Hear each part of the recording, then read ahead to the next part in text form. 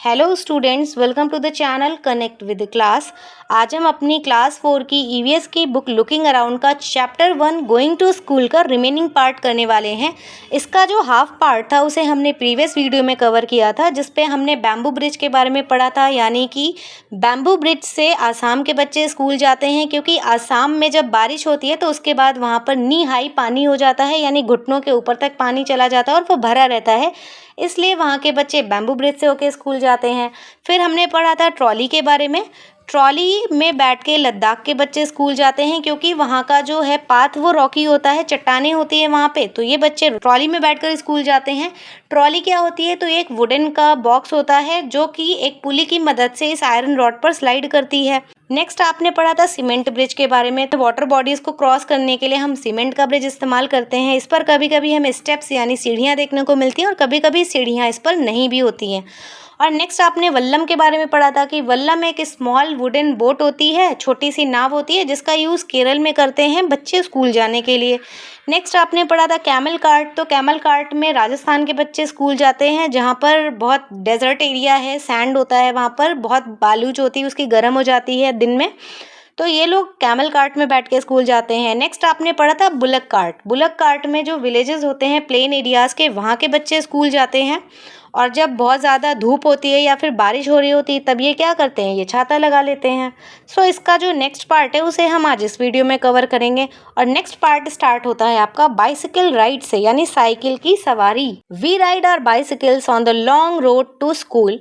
हम राइड करते हैं, सवारी करते हैं, अवर बाइसिकल यानी अपनी साइकिल की सवारी करते हैं, ऑन द लॉन्ग रोड जो कि बहुत लंबी सड़क है, टू द स्कूल यानी स्कूल इनका जो है घर से बहुत दूर है, तो ये अपनी साइकिल से स्कूल जाते हैं। एट फर्स्ट यानी शुरुआत में या पहले, girls here did not go to school. जो लड़कियां थीं यहाँ की वो स्कूल नहीं जाती थीं, बिकॉज क्योंकि इट वॉज टू फार, क्योंकि ये बहुत दूर था। बट नाउ लेकिन अब groups of 7 to 8 girls easily ride even through the difficult roads. लेकिन अब 7 से 8 लड़कियां हैं, वो ईजिली साइकिल पर सवार होकर अपने स्कूल चली जाती हैं। अगर रोड इनका डिफ़िकल्ट भी है यानी उबड़ खाबड़ रास्ता भी है, तो भी ये क्या करती हैं, स्कूल चली जाती हैं। अब यहाँ पर आपसे क्वेश्चन पूछ रहा है, can you ride a bicycle? क्या आप एक साइकिल चला सकते हैं, राइड कर सकते हैं? If yes, who taught you to ride? अगर आप चला सकते हैं तो आपको किसने सिखाया? फॉर एग्जाम्पल, मुझे साइकिल चलानी नहीं आती तो मेरा आंसर तो नो हो जाएगा और मुझे किसी ने सिखाया भी नहीं। बट अगर आपको साइकिल चलानी आती है तो आप अपना आंसर लिखेंगे यस, और जिस किसी ने भी आपको सिखाया, आपके फादर ने, आपके ब्रदर ने, सिस्टर ने या फ्रेंड ने, जिसने भी सिखाया, आप यहाँ पर अपना आंसर लिख देंगे। नेक्स्ट क्वेश्चन है, how many children come on bicycles to your school? How many children, कितने बच्चे बाइसिकल से स्कूल आते हैं आपके स्कूल? तो मेरे स्कूल में तो कोई बच्चा बाइसिकल से नहीं आता, क्योंकि ये बहुत छोटे बच्चों का स्कूल है। बट अगर आपके स्कूल में बच्चे साइकिल से स्कूल आते हैं तो आप लिख देंगे यहाँ पर ऑन एन एवरेज जितने भी बच्चे आते होंगे। कि no one comes to school on bicycles. कोई भी बच्चा जो है बाइसिकल से स्कूल नहीं आता। Their parents drop them to school. उनके जो पेरेंट्स हैं वो उनको स्कूल छोड़ते हैं। बट स्टिल अगर आपके स्कूल में कोई बच्चा बाइसिकल से आता है तो आप यहाँ पर उनका नंबर लिख सकते हैं। नेक्स्ट है, चिल्ड्रेन क्रॉस द जंगल। अब यहाँ पर कुछ बच्चे हैं जो जंगल को क्रॉस करके भी स्कूल जाते हैं। बता रहे हैं, we have to go through a thick forest to reach school. हमें जाना पड़ता है, गो थ्रू करना पड़ता है एक थिक फॉरेस्ट, एक घने जंगल से, टू रीच स्कूल, स्कूल पहुँचने के लिए। At some places it is so thick that even sunlight does not pass through. In some places यानी कि कुछ जगहों पर ऐसा होता है कि ये इतना ज़्यादा थिक है, इतना ज़्यादा घना है कि इवन सनलाइट यानी कि जो सूरज की रोशनी है वो भी इसके थ्रू पास नहीं हो सकती, इसमें से गुजरती नहीं है। It is also very silent, ये बहुत शांत भी है। There you can only hear the sound of different birds and other creatures. यहाँ पर आपको केवल और केवल दूसरे पक्षियों की आवाज़ें और अदर दूसरे जो भी एनिमल्स होते हैं उनकी जो साउंड होगी वो सुनाई देगी। ये इतना ज़्यादा थिक है। यहाँ पर आप ये देख भी पा रहे हो, कुछ बच्चे यहाँ से होकर स्कूल जा रहे हैं और यहाँ पर कहीं कहीं आपको एकदम डार्क ही नज़र आ रहा है कि यहाँ पर सनलाइट भी पास नहीं हो रही है। अब आपसे यहाँ पर क्वेश्चन पूछा है, have you ever been in a thick jungle और एनी सच प्लेस? क्या आप कभी ऐसे थिक जंगल यानी घने जंगल गए हैं या फिर ऐसे किसी जगह पर भी गए हैं? तो अगर आप गए हैं तो आप अपना आंसर यस लिखेंगे, अदरवाइज आप इसको नो लिख देंगे। तो मैं तो किसी थिक जंगल में नहीं गई, तो मेरा आंसर तो नो हो जाएगा। नेक्स्ट है right your experiences in your notebook. अपनी नोटबुक में अपने एक्सपीरियंसेस यानी अपने अनुभव को शेयर कीजिए कि जब आप उस थिक जंगल से गुजरे थे तब आपको कैसा लग रहा था। तो फॉर एग्जांपल अगर आपको डर लग रहा था तो आप ये लिख देंगे आपने वहाँ पर क्या क्या देखा।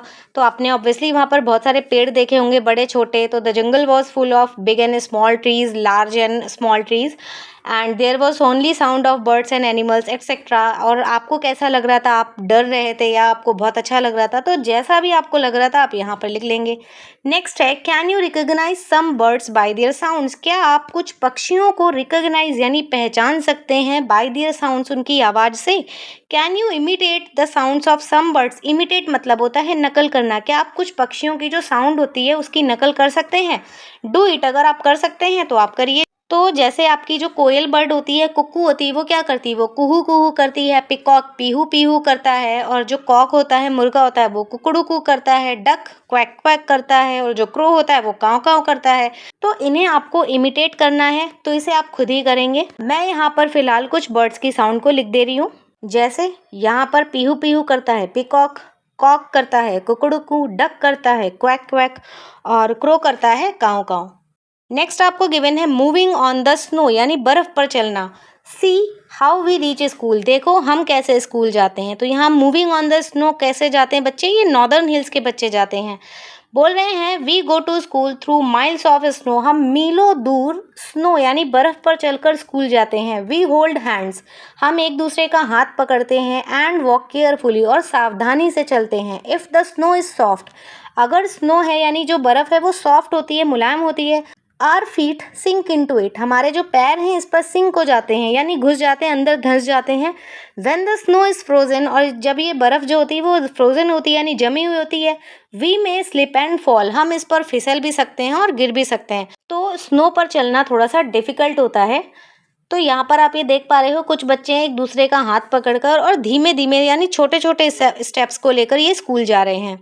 क्वेश्चन पूछा है have you ever seen so much snow where in films और समवेयर एल्स। क्या आपने कभी इतनी ज़्यादा बर्फ़ देखी है। अगर देखी है तो कहाँ, इन फिल्म्स और समवेयर एल्स, कहीं और देखी है या फिर फिल्मों में देखी है। तो मैंने इतनी ज़्यादा स्नो केवल और केवल फिल्म्स में देखी। तो मेरा आंसर ये हो जाएगा। बट अगर आपने कहीं और भी देखी है, जैसे आप किसी हिल स्टेशन में घूमने गए हों और आपने वहाँ पर बर्फ़ देखी है, तो आप उसको यहाँ पर मेंशन कर देंगे। So yes I have seen so much snow in films. मैंने इतनी ज़्यादा बर्फ़ फिल्मों में देखी है। नेक्स्ट क्वेश्चन है do you think that such places have snow all the time. आपको क्या लगता है कि ये जो जगह होती हैं इन पे जो स्नो है वो ऑल द टाइम यानी हमेशा रहती है। वाई, ऐसा क्यों होता है। सो इन पर हमेशा ही बर्फ़ रहती है। ऐसा इसलिए होता है क्योंकि ये ज़मीन से बहुत ज़्यादा हाइट पर हैं और जैसे जैसे हम अर्थ सरफेस से ऊंचाई पर जाते हैं हमें कोल्ड महसूस होता है, हमें ठंडा महसूस होता है। So these places are very cold and they are located at height from the surface of the earth. So yes, these places are very cold and located at height from the earth surface. Earth surface से बहुत ऊंचाई पर है इसलिए ये जगह बहुत ठंडी होती है। नेक्स्ट आपको गिवन है rocky paths. We live in the mountains. हम माउंटेन्स यानी पहाड़ों पर रहते हैं। The paths are rocky. जहाँ के जो पाथ्स हैं वो रॉकी हैं यानी चट्टान के बने हुए हैं।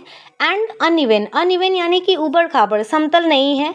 The children who live in the plains will find it difficult to walk on these. जो बच्चे प्लेन्स यानी मैदानों पे रहते हैं जहाँ की ज़मीन प्लेन होती है वो इस पर डिफ़िकल्ट यानी कि उन्हें कठिनाई होगी इस पर चलने में। But we can easily race up and down. लेकिन हम ईजिली यानी आसानी से रेस अप ऊपर चढ़ सकते हैं, भागकर वो भी, एंड डाउन और नीचे उतर कर आ सकते हैं। जैसे यहाँ पर आपको ये उत्तराखंड का जगह दिख रहा है जहाँ पर ये रॉकी पाथ्स हैं। यहाँ पर बच्चे इजीली ये मूव कर ले रहे हैं।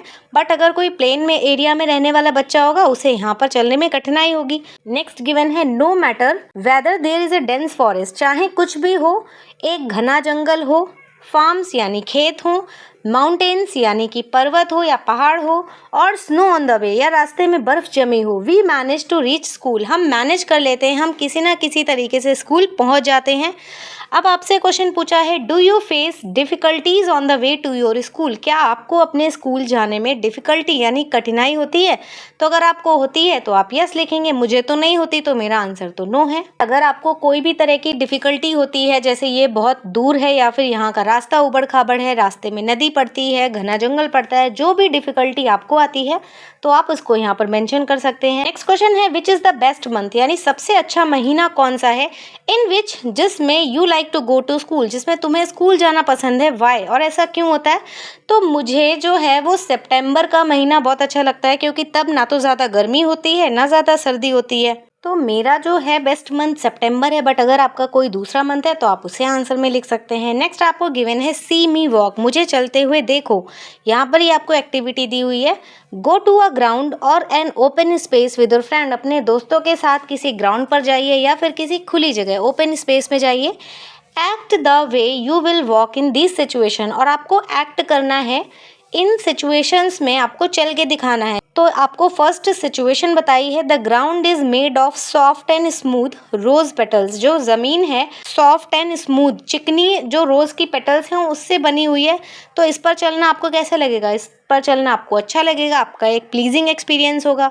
नेक्स्ट है, the ground is covered with thorns, कांटों से भरा हुआ है ज़मीन, and there is tall grass on the sides, यानी वहाँ पर ऊंची ऊंची घास है। तो यहाँ पर चलना आपको अच्छा नहीं लगेगा क्योंकि थॉर्न्स हैं, तो आप यहाँ पर बहुत कॉशियसली चलेंगे, बहुत सावधानी से चलेंगे। नेक्स्ट है, the ground is covered with snow, जो ग्राउंड है वो कवर्ड है यानी ढका हुआ है स्नो से, बर्फ पड़ी हुई है उसमें।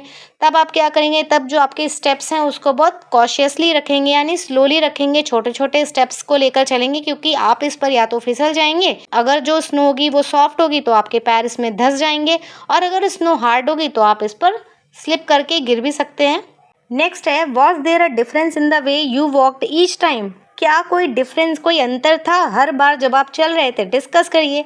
तो आप डिस्कस करेंगे कि जब आपकी जो ग्राउंड थी वो soft and smooth rose petal से बनी हुई थी, तब आपको इस पर चलना अच्छा लग रहा था, ये आपके लिए एक प्लीजिंग एक्सपीरियंस था। जबकि जब ये थॉर्न से कवर थी तब क्या था? आप कॉशियसली चल रहे थे, और जब ग्राउंड कवर थी स्नो से तब इस पर आप बहुत कॉशियसली चल रहे थे, क्योंकि इस पर आप गिर भी सकते थे और आपके पैर इस पर सिंक भी हो सकते थे। तो जब आप रोज़ पेटल्स पर चले तब आपके लिए प्लीजिंग एक्सपीरियंस था, जब आप थॉर्न्स पर चले तो आप कॉशियसली चले, और जब आप ग्राउंड कवर्ड विद स्नो यानी कि बर्फ से ढके हुए ग्राउंड पर चले तब आपने स्मॉल स्टेप्स लिए, क्योंकि आप इस पर फिसल सकते थे, इस पर फिसलाहट थी। नेक्स्ट आपको गिवन है, talk and share about it, बात करिए और साझा करिए। Do you also have punishment in your school? What kind? क्या आपको भी स्कूल में पनिशमेंट यानी सज़ा मिलती है? अगर मिलती है तो किस तरीके की मिलती है? तो आजकल तो स्कूलों में पनिशमेंट पूरी तरह बैन है, तो यहाँ पर आप लिख देंगे नो, बट अगर आपको स्कूल में पनिशमेंट मिलती है तो आप यहाँ पर उसको मेंशन कर देंगे यस, और उसका काइंड भी बताएंगे। नेक्स्ट है, do you think that punishment should not be there in school? क्या आपको लगता है कि पनिशमेंट यानी जो सज़ा है वो स्कूल में नहीं होनी चाहिए? तो मुझे बिल्कुल ऐसा लगता है कि स्कूलों में आप पनिशमेंट नहीं होनी चाहिए, बट अगर आपको कोई दूसरी चीज़ लगती है तो आप यहाँ पर उसको मेंशन कर देंगे। पनिशमेंट होनी चाहिए बट इतनी हार्ड नहीं होनी चाहिए, लाइक कॉर्पोरल पनिशमेंट नहीं कि हम बच्चे को मार रहे हैं या फिर उसको पीट रहे हैं। इसके अलावा डिफरेंट काइंड की पनिशमेंट, जैसे कि अगर बच्चे ने शोर मचाया तो हम उसको क्लास के बाहर भेज देंगे, होमवर्क नहीं करके लाया तो हम उसको घर से 2 टाइम्स लिखने के लिए दे देंगे। इस तरीके की पनिशमेंट होनी चाहिए, बट कॉर्पोरल पनिशमेंट यानी शारीरिक उसको जो है फिजिकली हर्ट करना, ये चीज़ ठीक नहीं है। नेक्स्ट है, if you come across any such incident, अगर आपके साथ ऐसे कुछ इंसिडेंट होता है, कोई घटना होती है, whom will you inform? तब आप किसको इन्फॉर्म करेंगे? तो अगर आप स्कूल में होंगे तो अपनी टीचर को इन्फॉर्म करेंगे, घर में होंगे तो पेरेंट्स को इन्फॉर्म करेंगे, या फिर अगर आप स्कूल में टीचर को नहीं करेंगे तो आप प्रिंसिपल को इन्फॉर्म करेंगे, अपने किसी बड़े को ही इन्फॉर्म करेंगे आप। नेक्स्ट है, how will you make a complaint? आप कंप्लेन कैसे करेंगे? तो सबसे पहले तो आप इनको ओरल बताएंगे यानी वर्बली बताएंगे, और अगर ज़रूरत होगी तो आप एक एप्लीकेशन भी लिखेंगे। तो I will tell them orally first, मैं पहले उन्हें मुंह से बताऊंगा यानी ओरल बताऊंगा, अदरवाइज अगर ज़रूरत होगी तो मैं एक एप्लीकेशन भी लिखूंगा। नेक्स्ट क्वेश्चन है, is punishment the only solution to misdeeds? Misdeeds यानी कि जो गलत काम होते हैं, शैतानियाँ होती हैं, क्या उनके लिए जो पनिशमेंट है यानी सज़ा है वही एक सोल्यूशन है? Make some rules for the school to prevent misdeeds, आपको कुछ रूल बनाने हैं स्कूल्स के लिए कि वो इस सज़ा को ख़त्म कर दे, यानी कि फिजिकली किसी बच्चे को हर्ट ना करे। इसके अलावा आपको यहाँ पर कुछ रूल बनाने हैं। So punishment is not the only solution to misdeeds. केवल पनिशमेंट ही इसका सोल्यूशन नहीं है, हम किसी दूसरी तरीके से भी पनिशमेंट दे सकते हैं। जैसे कि सेम अगर बच्चे ने होमवर्क नहीं किया तो हम उसको क्या करेंगे, 2 टाइम्स लिखने के लिए बोल देंगे। बच्चे ने अपना लेसन लर्न नहीं किया तो हम उसको वहीं पर लर्न करने के लिए बोल देंगे। और जैसे कि अगर उसने कोई दूसरी शैतानी करी है, स्कूल लेट आया है, तो हम उससे पेपर के स्क्रैप्स उठवा सकते हैं, क्लास में जो भी पढ़े हों। तो हम इस तरीके की उसको सज़ाएं दे सकते हैं। जो एग्ज़ाम होते हैं उस पे मार्क्स अलॉट होने चाहिए कि अगर बच्चे ने मिसडीड नहीं करी है कोई भी साल भर या फिर कुछ महीने के लिए, कुछ हफ्ते के लिए, हम छोटे छोटे टारगेट्स बना सकते हैं कि इस वीक में इस बच्चे ने कोई मिसडीड नहीं करी है तो हम इसको 1 स्टार दे सकते हैं, या फिर कुछ इस तरीके का उसको रिवॉर्ड भी कर सकते हैं। तो अगर पनिशमेंट ना करने वाले बच्चे को रिवॉर्ड मिलता है तो उसे देखकर दूसरे बच्चे भी मोटिवेट होंगे कि वो भी कोई गलत काम ना करें स्कूल में। So, no punishment is not the only solution. Students should be rewarded who behaved well. जो अच्छे से बिहेव करते हैं उनको रिवॉर्ड मिलना चाहिए, इनाम मिलना चाहिए। Marks should be allotted in exams. Exam में उनको मार्क्स मिलने चाहिए अच्छा बिहेव करने का, और उनके मार्क्स कट भी होने चाहिए मिसडीड्स करने का। They ask to pick paper scraps from the classroom और ग्राउंड। उनसे क्लासरूम या ग्राउंड से हम पेपर स्क्रैप्स को उठाने के लिए बोल सकते हैं अगर वो कोई शैतानी करते हैं। Can be ask to go out of the classroom. हम उन्हें क्लास से बाहर कर सकते हैं फॉर सम टाइम, यानी थोड़ी देर के लिए। Ask to write sorry 10 times. हम उनसे 10 बार सॉरी लिखने के लिए भी बोल सकते हैं। और भी बहुत सारे मेथड्स हैं, आप अपने हिसाब से इस पर डिस्कस करेंगे। नेक्स्ट है draw a picture of your dream school. आपको अपने ड्रीम स्कूल यानी सपनों वाले स्कूल की एक पिक्चर ड्रॉ करनी है इन योर नोटबुक, अपनी नोटबुक में। एंड राइट अबाउट इट, और इसके बारे में लिखना है। And share in the class, और क्लास में इसको शेयर करना है, साझा करना है। तो जैसे आपका जो ड्रीम स्कूल हो वो कैसा होना चाहिए, तो इसकी एक सुंदर सी बिल्डिंग होनी चाहिए, इसमें एक गार्डन होना चाहिए, और इसमें एक लाइब्रेरी होनी चाहिए जिसमें बहुत सारी किताबें हों, आपकी स्टोरी बुक्स हों, आपकी कॉमिक्स हों, ये सारी चीज़ें होनी चाहिए। आपके स्कूल में एक बहुत बड़ा हॉल होना चाहिए, टॉयलेट और पानी की बहुत अच्छी सुविधा होनी चाहिए, यानी क्लीन होना चाहिए जो टॉयलेट है। एक हॉल होना चाहिए। तो जो भी आपका ड्रीम स्कूल है आप उसको यहाँ पर ड्रॉ करेंगे और उसके बारे में यहाँ पर लिख देंगे। जैसे यहाँ पर मैं आपको जस्ट एक एग्जांपल, एक पिक्चर दिखा दे रही हूँ। आप ऐसा भी ड्रीम स्कूल बना सकते हो और आप इससे अच्छी भी ड्राइंग कर सकते हो, और आप उसके बारे में यहाँ पर कुछ लाइंस लिख देंगे। जैसे my dream school has a nice building. एक अच्छी सी बिल्डिंग है इसकी। It has a big play ground. बड़ा सा प्ले ग्राउंड है। फुल ऑफ ग्रीन ग्रास, जिसमें हरी हरी घास है। It has a huge hall. एक बड़ा सा हॉल है जहाँ पर हम ऑर्गेनाइज करते हैं स्पेशल डेज को या फिर असेंबलीज को। और it has a proper facility of drinking water and toilet. पानी पीने की और टॉयलेट की बहुत अच्छी सुविधा है, व्यवस्था है। It has a big library. इसके पास एक बड़ी सी लाइब्रेरी है। So this was all about the chapter going to school from EVS book looking around. I hope आपको ये चैप्टर, इसका एक्सप्लेनेशन और इसकी जो इन बिटवीन बुक एक्सरसाइज थी वो अच्छे से क्लियर हो गई होगी। इसका जो नेक्स्ट चैप्टर है ईयर टू ईयर, उसे हम नेक्स्ट वीडियो में कवर करेंगे। Thanks for watching.